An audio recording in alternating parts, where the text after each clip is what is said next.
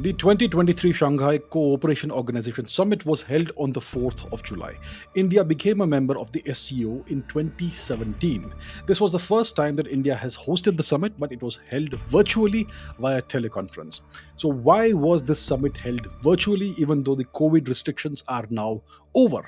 The American analyst Mr. Derek Grossman claimed that it's because India succumbed to the Biden administration's pressure to not meet Russian President Vladimir Putin, against whom the US is engaged in a proxy war in Ukraine, and also not meet the Chinese President Xi Jinping, against whom the US is engaged in a trade war.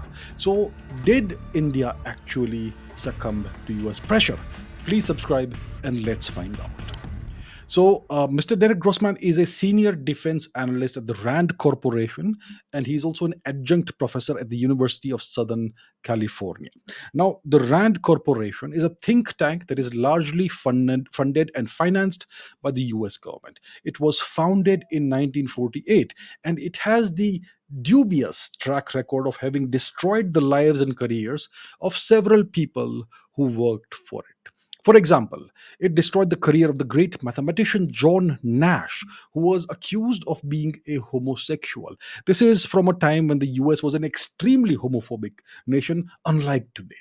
So, John Nash was fired from Rand Corporation, his reputation was destroyed, and he eventually descended into schizophrenia. And then there's the mathematician and game theorist JCC McKinsey, who committed suicide soon after being fired from Rand Corporation for actually being a homosexual. So this is where Mr. Grossman works, Rand Corporation. That's just a brief historical aside. So the question is Mr. Grossman right? Did India succumb to US pressure? Let's examine the facts, shall we? So here's fact number one, which is quite inconvenient for Mr. Grossman. India had announced that it would be holding the SCO summit virtually on the 30th of May, long before Prime Minister Modi's US state visit. Here is a clipping from China's favorite Indian news publication, The Hindu. And here's another clipping from another of China's favorite Indian news publications, The Print. And maybe it's one of the US's favorite publications as well in India, right? So that's point number one, that this announcement was already made on May 30 this year. But logically, it's possible that the Americans may have applied pressure on India in May itself. So let's consider the possibility and let's look at the other facts that exist. So the other fact, let's deal with China first, right? So the fact is that India's borders with China are active right now. There are 50,000 Chinese troops on the side of Chinese occupied Tibet and Chinese occupied Ladakh, and there are approximately 50,000 Indian troops on India's territory facing the Chinese. So these two forces are staring each other down along the 3.5 thousand kilometer undemarcated border between India and Chinese occupied territory. So India's borders with China are active. We have an active border situation. We have a very tense standoff that's happening along various parts of the undemarcated border. So it's possible that India, and it's probable that India did not want to have President Xi Jinping visiting India when such a situation exists. We did not want to host Xi Jinping in the background of an active border situation. The first time Xi Jinping came to India, he brought with him a border incursion, right? If you remember. So India and China have this tense standoff happening at the border.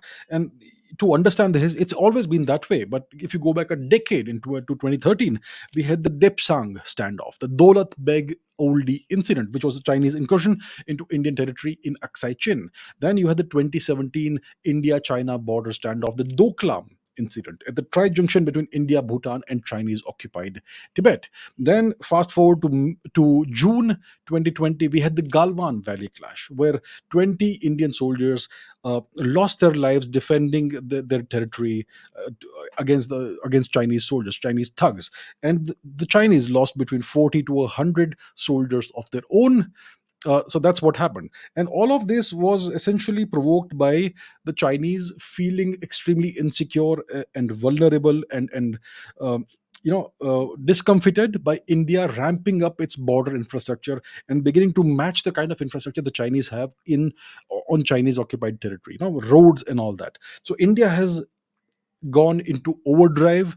It's building roads, it's building highways, it's building up the infrastructure which can now begin to match the Chinese infrastructure on their side of the border, and the Chinese are extremely unhappy with this. So they are trying to provoke India, they are trying to engage in salami slicing tactics, incursions and all of that. So in 2020, after the Galwan Valley clash, the southern bank of the Pangong Lake became active when the Chinese tried changing the status quo. In September 2020, both nations fired shots at each other for the first time in 45 years since 1975. So that's the first time in 45 years that shots were fired between India and China. So we have an extremely tense situation all along the LAC. And we may not be aware of it sitting where we are, right? So that's the deal. So Xi Jinping, we do not want most likely to host him in the background of such a situation, and possibly Xi Jinping himself may not be willing to come to India. Definitely not twice a year, because he is already slated to appear to visit India for the G20 summit in the last quarter of this year, and even that G20 appearance of Xi Jinping is uncertain. So that's the Chinese situation. We most likely did not want Xi Jinping to come to India, and Xi Jinping himself most likely did not want to visit for the SCO summit. So it's a mutual feeling. So that explains to a large extent why we would have held this summit virtually. And then there is the Pakistan angle. We definitely did not want to host the so-called Pakistani Prime Minister Shehbaz Sharif. If you recall what happened in early May this year, 2023, we had the SCO Foreign Ministers meeting, some meeting in Goa, right? And Bilawal Bhutto of Pakistan did come to India. We did invite him and host him. And what sort of antics did he pull off, right? So Bilawal Bhutto's only fame to claim is that he is the son of a famous mother, Benazir Bhutto. So Bilawal Bhutto, he first of all, naturally, Dr. S. Jaishankar, our foreign minister, cold-shouldered Bilawal Bhutto at the SCO meet in Goa. He called him a state sponsor of terrorism, and this is all because Bilawal Bhutto raked up the Kashmir non-issue. The only issue is that when does the remainder of Kashmir return to the homeland, India? So Bilawal Bhutto raked up the Kashmir non issue in violation of the decorum of the multilateral nature of the event, right? So that's what he did. He was not supposed to do any of that, but he did that. And in response, Dr. Jaishankar slammed Pakistan and called Bilawal Bhutto a promoter, justifier, and a spokesperson of the terror industry. Dr. Jaishankar said that victims of terrorism do not sit together with perpetrators of terrorism to discuss terrorism. So now, if we had invited Shehbaz Sharif, it's very likely that he would also have raked up the Kashmir non issue had he been invited to India for the SCO summit. This would have been a golden opportunity for him to do that. And it's very clear that we do not regard Shehbaz Sharif or Pakistan to be worthy of being hosted on Indian territory, on Indian soil, right? Pakistan is a non entity, Pakistan is a temporary nation, and Shehbaz Sharif is a powerless puppet prime minister. The real power lies with the Pakistani military. So there's no point inviting him. It would be a disgrace to India to have such an individual on Indian territory. So India definitely did not want to host Shahbaz Sharif on Indian soil. So we did not want Xi Jinping because of the situation along the LAC. We did not want Shahbaz Sharif because of Pakistan's horrific track record of terrorism.